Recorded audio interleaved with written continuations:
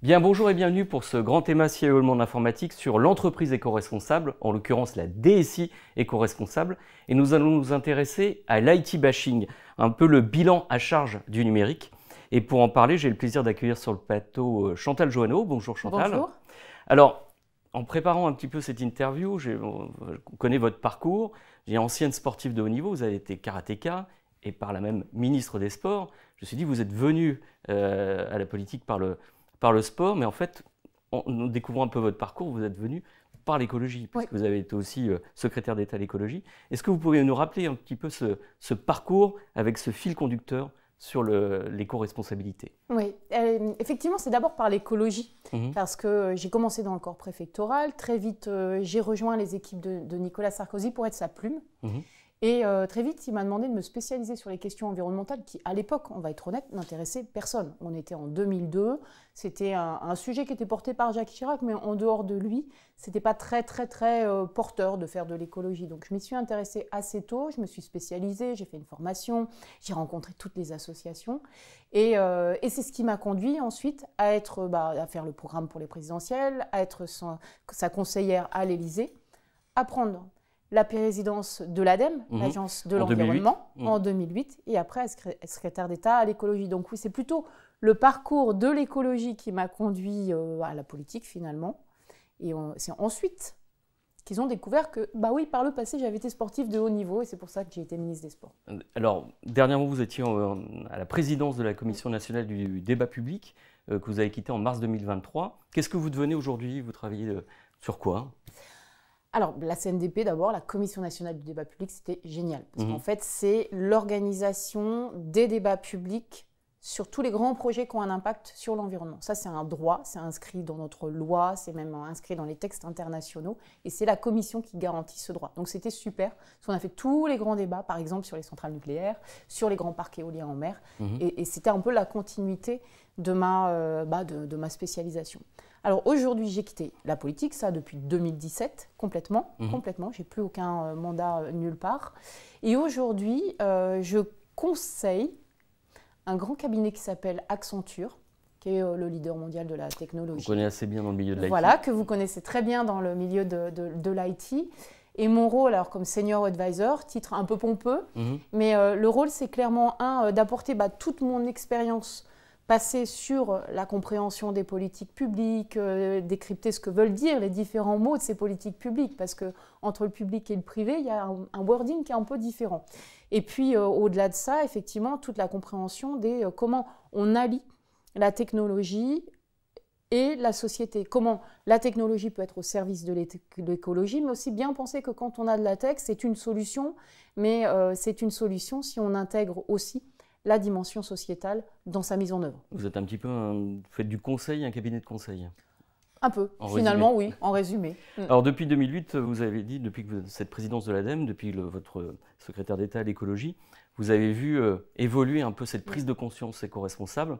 On a l'impression qu'aujourd'hui tous les voyants sont au vert, c'est-à-dire que vous avez eu un changement de braquet, on a complètement changé d'air aujourd'hui. Oui. Une prise de conscience beaucoup plus forte. On va distinguer une tendance de fond et la situation actuelle. La tendance de fond, depuis effectivement 2009, la rupture est énorme. C'est-à-dire qu'on ne s'en rend peut-être pas compte quand on vit dedans tous les jours, mais moi en 2009, il y avait des sujets qui étaient encore controversés. Le réchauffement climatique, l'origine humaine du réchauffement climatique était encore controversée. On avait Claude Allègre qui faisait la une de la presse et qui disait non, c'est un phénomène cyclique assez habituel, il n'y a pas de réchauffement climatique. Le fait de parler du bien-être animal. Vous parliez de bien-être animal, mais limite on vous plantait un couteau dans le dos. Alors qu'aujourd'hui, tout le monde a bien pris en compte cette dimension et comment on l'intègre dans la politique, ce qui est quand même assez compliqué évidemment, mais c'est bien pris en compte. Et la société a énormément évolué. C'est-à-dire qu'en 2007, c'est un petit peu comme si le politique avait posé la question sur la table et la société en a pris conscience. Aujourd'hui, la société est très en avance, très exigeante à l'égard du politique. Donc il y a une évolution forte. Maintenant, là, on est dans une situation actuelle qui, si en France, c'est encore quand même très porté, et en Europe, c'est relativement bien porté, il faut se rendre compte que dans le monde, il y a quand même un petit pas en arrière. Il y a l'arrivée au pouvoir d'un certain nombre de régimes qui sont plus on va dire, plus populistes ou plus autoritaires qui prennent moins en compte la question écologique. On a eu le problème de la crise, de l'atteinte du pouvoir d'achat, qui fait que le sujet a été un petit peu griffé ces derniers mois. Oui. En effet, le mouvement, je dirais, de fond est engagé. Alors après, il y a bien évidemment des aléas, il y a des aléas politiques, il y a des aléas, les conflits géopolitiques. Mais je pense qu'en fait, ce mouvement de fond est enclenché et puis s'inscrit dans la durée, en fait. On peut résumer ça comme ça. Oui. Voilà. Oui, et puis de toute façon, il est amené à s'inscrire dans la durée, parce que les changements écologiques, ils sont là. C'est-à-dire le problème de sécheresse qui vont s'accentuer, les problèmes de pics de chaleur qui vont s'accentuer. Puis on le voit, c'est tangible. C'est tangible. C'est tangible. Et puis aujourd'hui, ce qui est un peu difficile à entendre, c'est que les gaz à effet de serre, vous savez, ils sont accumulés dans l'atmosphère et ils y restent environ 100 ans. Donc quoi que l'on fasse aujourd'hui, le réchauffement climatique qui est engagé, il va durer. Donc ces conséquences vont exister, donc le politique ne peut plus les ignorer. Alors vous avez, dans le cadre de la CNDP, touché du doigt les sujets du numérique, et notamment quand je parlais tout à l'heure d'IT bashing ou de numérique à charge, vous l'avez vraiment senti avec le débat sur la 5G à l'époque. Oui. C'est ce que vous m'avez dit. C'est-à-dire qu'en effet, quand on parle de 5G, on parle de santé publique, on parle de sobriété aussi énergétique, et c'était vraiment, vous aviez eu l'impression que c'était un débat à charge en fait sur la 5G à l'époque. Oui, c'était intéressant. On était donc fin 2021-2022 au moment du déploiement de la 5G sur le territoire. Il y avait eu des débats préalables au Parlement, il y avait eu des décrets, mais finalement, le fait que la 5G allait arriver sur notre territoire était passé un petit peu sous le radar du débat public. Et là, il y a un certain nombre de grandes collectivités qui viennent nous voir en nous disant « mais nous, on voudrait qu'il y ait un débat sur le déploiement de la 5G ». Donc c'était très ciblé 5G, c'était très ciblé problème santé environnementale, l'impact des ondes sur la santé, problème aussi de l'impact énergétique du déploiement de la 5G. Et ce qui était super intéressant, c'est que donc on a accompagné ces collectivités pour mettre en place un débat avec la population, pour d'abord informer c'est quoi la 5G. Et très vite, ces collectivités qui étaient parties d'un débat très fermé sur la 5G, effectivement plutôt à charge, sont arrivées à un débat plus large sur ce serait quoi le numérique responsable. Au-delà d'un 5G, puisque la question de la 5G, c'est qu'une autoroute finalement, et donc c'est qu'un outil. La question centrale, c'est pour quels usages, c'est à quoi ça va servir. Et donc très vite, le débat est arrivé sur ce serait quoi le numérique responsable. Donc c'était super intéressant, je trouve, comme débat qui a posé la question des usages avant celle de la technologie. Mais est-ce que le débat n'était pas à l'époque déjà biaisé, parce qu'on parlait des usages essentiellement grand public, en oubliant, en occultant un peu tout l'IoT, tous les usages au niveau professionnel, je dirais, et au niveau des entreprises, et puis aussi la stratégie des opérateurs de gestion de la bande passante, de gestion des fréquences hertziennes.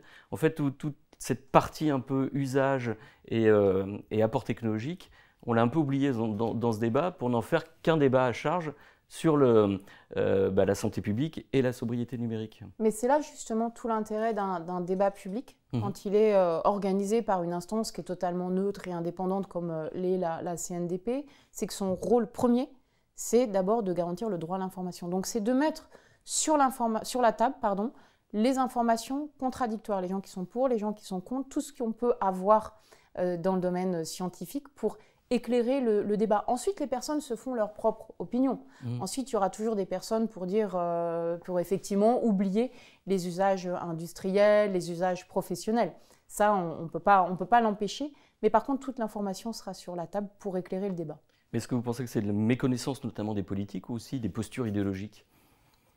Il y a un petit peu des deux. Il y a évidemment un petit peu des deux. La méconnaissance, et il ne faut pas cibler que les politiques, c'est l'ensemble de la société, parce que le politique n'est que le reflet de la société. Souvent on me dit, mais pourquoi les politiques ne font pas ça ? Je dis, parce que les politiques qui le proposent, ils ne sont pas élus non plus. Donc on n'est que le reflet de la société quand on fait de la politique. Donc c'est l'ensemble de la société qui doit pouvoir avoir accès à une information la plus claire sur ce sujet.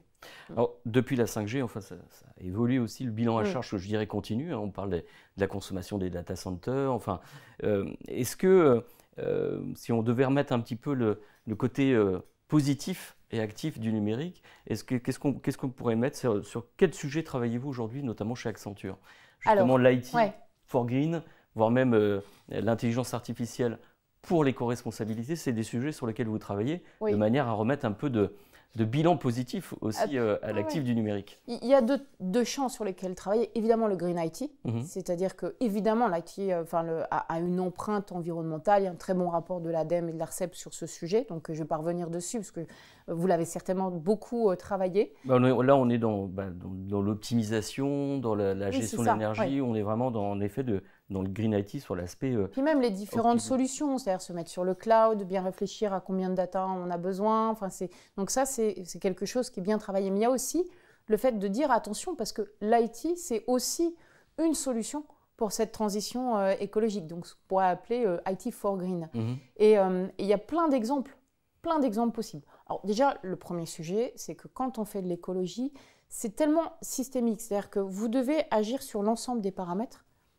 Vous avez besoin de beaucoup de données pour élaborer des scénarios. Ça, c'est la base. Donc l'IT, déjà, ça vous aide à avoir accès à ces données, à les mettre ensemble et à faire des scénarios. Par exemple, avec des jumeaux numériques.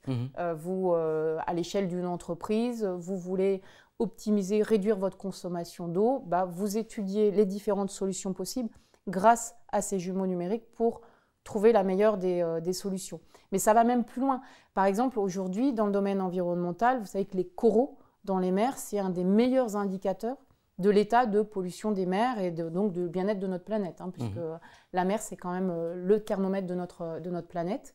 Avant, il fallait prendre des photos et puis avoir plusieurs experts qui, pendant des semaines, allaient analyser ces photos, ces observations, pour dire quel était l'état des coraux. Aujourd'hui, vous pouvez le faire. Avec le numérique, là, comment vous le faites Avec le numérique, avec l'IA, n'importe qui peut prendre des photos, c'est détecter, c'est verser dans des bases, et ça vous permet d'avoir une analyse en temps réel, quasiment en temps réel, de l'état des coraux. Idem, la qualité des eaux. Et de faire la projection. Et de faire des projections.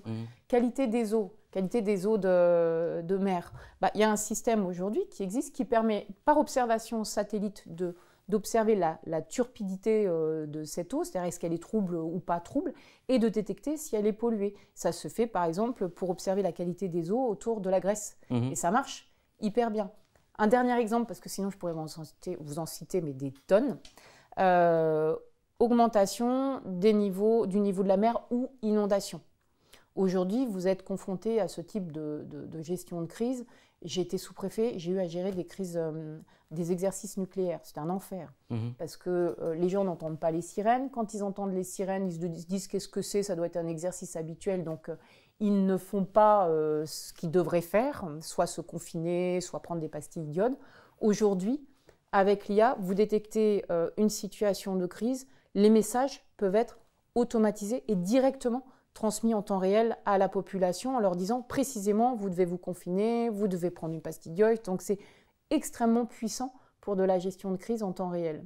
On peut adapter, personnaliser. On peut personnaliser, oui, il y a un potentiel énorme. Ce qui compte en fait sur la tech, c'est pas la tech en elle-même.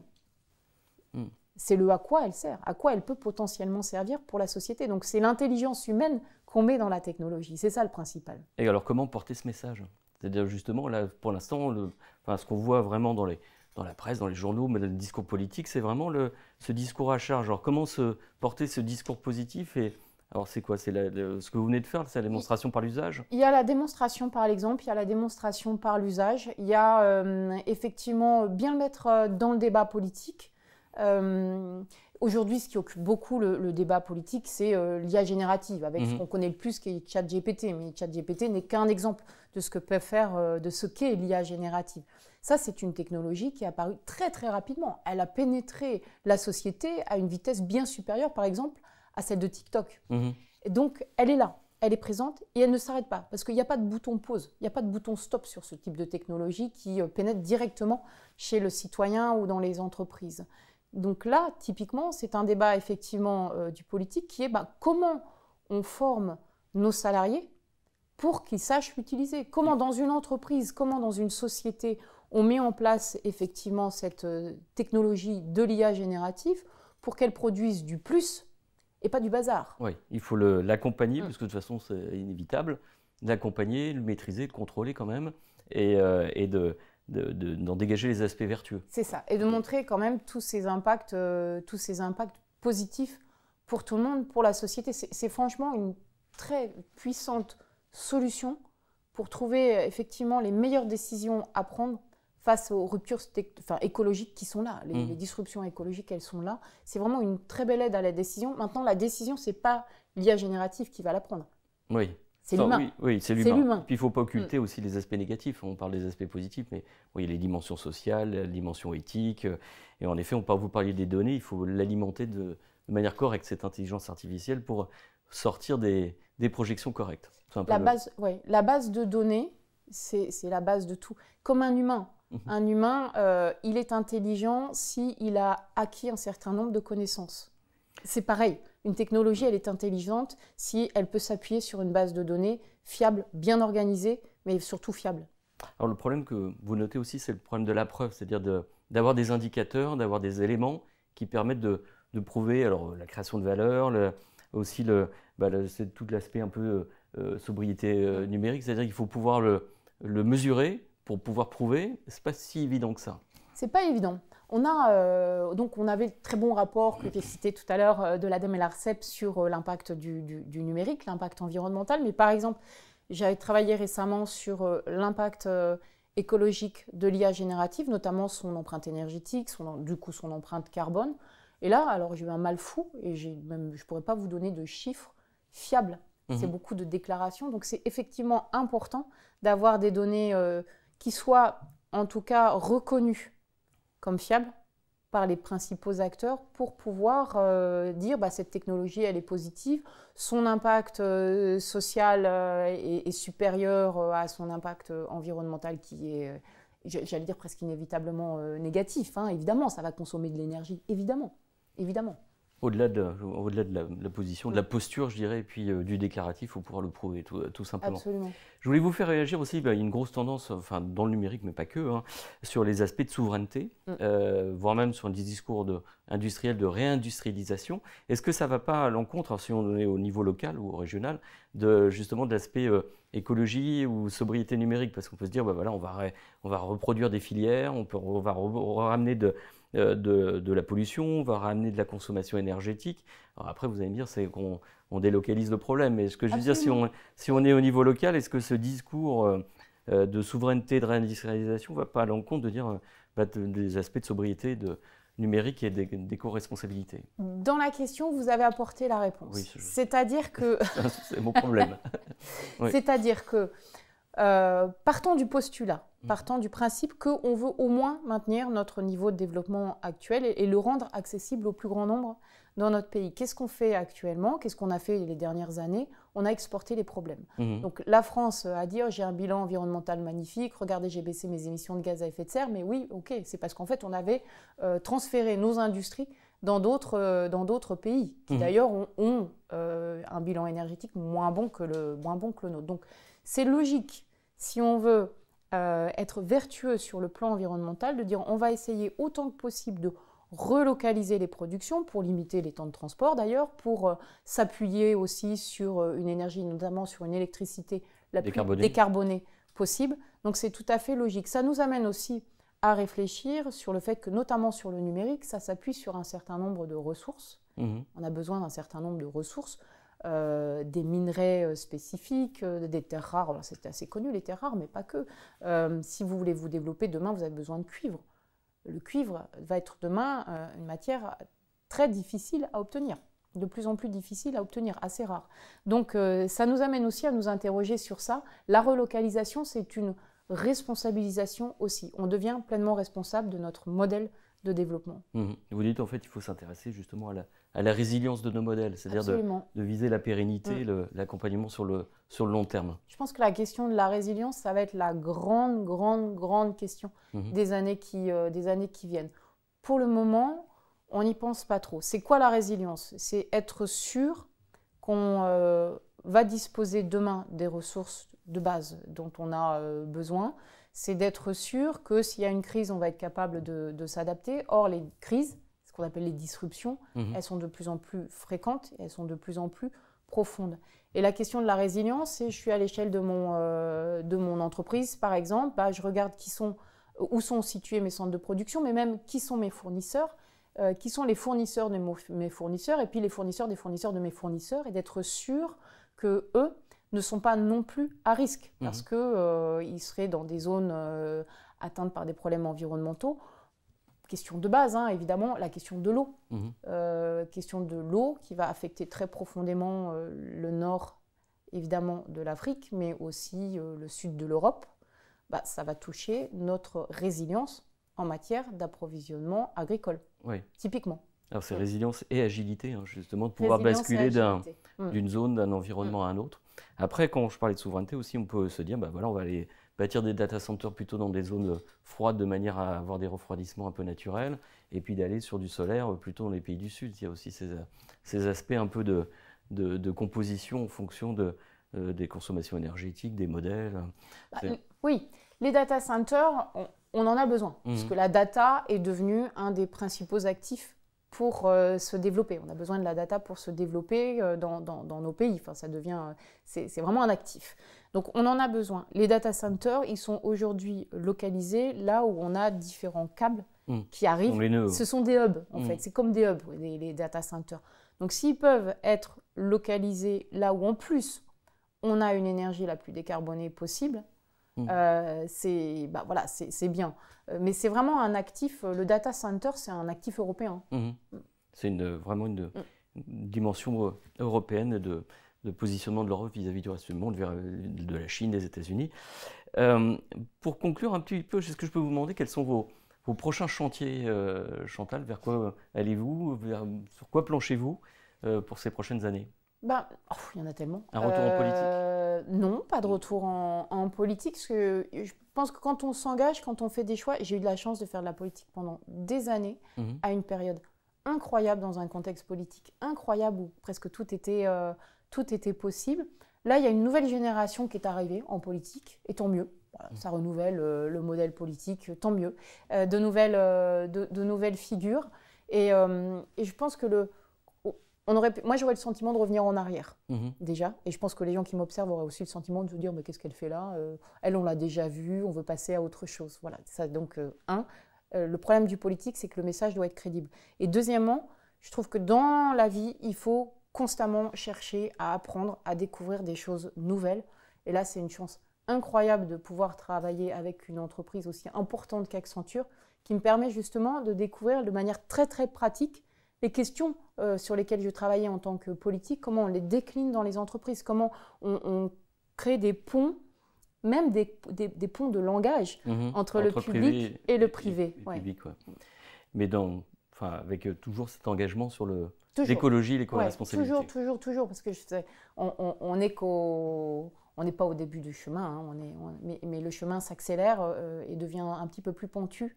Et donc, oui, toujours. Et la question pour moi, je vous le disais, la question de la résilience, la question de comment on va s'adapter à ces inévitables évolutions, comment on va concilier ça avec un développement quand même garanti pour toutes et tous, c'est le sujet central. La sobriété aujourd'hui, parce que le gouvernement porte la question de la sobriété. Il faut quand même voir que, par exemple, dans les perspectives de transition énergétique qui ont été élaborées par le gouvernement, à l'horizon 2050, on est sur des objectifs de sobriété énergétique, donc de baisse de la consommation énergétique énorme. On est à 40%, c'est énorme. On ne l'a jamais fait dans notre histoire. Arrivera à le tenir, c'est encore autre chose. Est-ce qu'on arrivera à le tenir, c'est encore autre chose. Mais c'est la logique de remplacer le plus par le mieux. Le plus par le mieux, la quantité par la qualité. Donc c'est faire mieux et sur la durée, voilà. Si on peut conclure. Et pour toutes et tous. Très bien. Merci Chantal pour cette vision éclairante. Et nous, on se donne rendez-vous pour la suite de ce grand thème, CEO le monde informatique, sur l'entreprise, la DSI éco-responsable.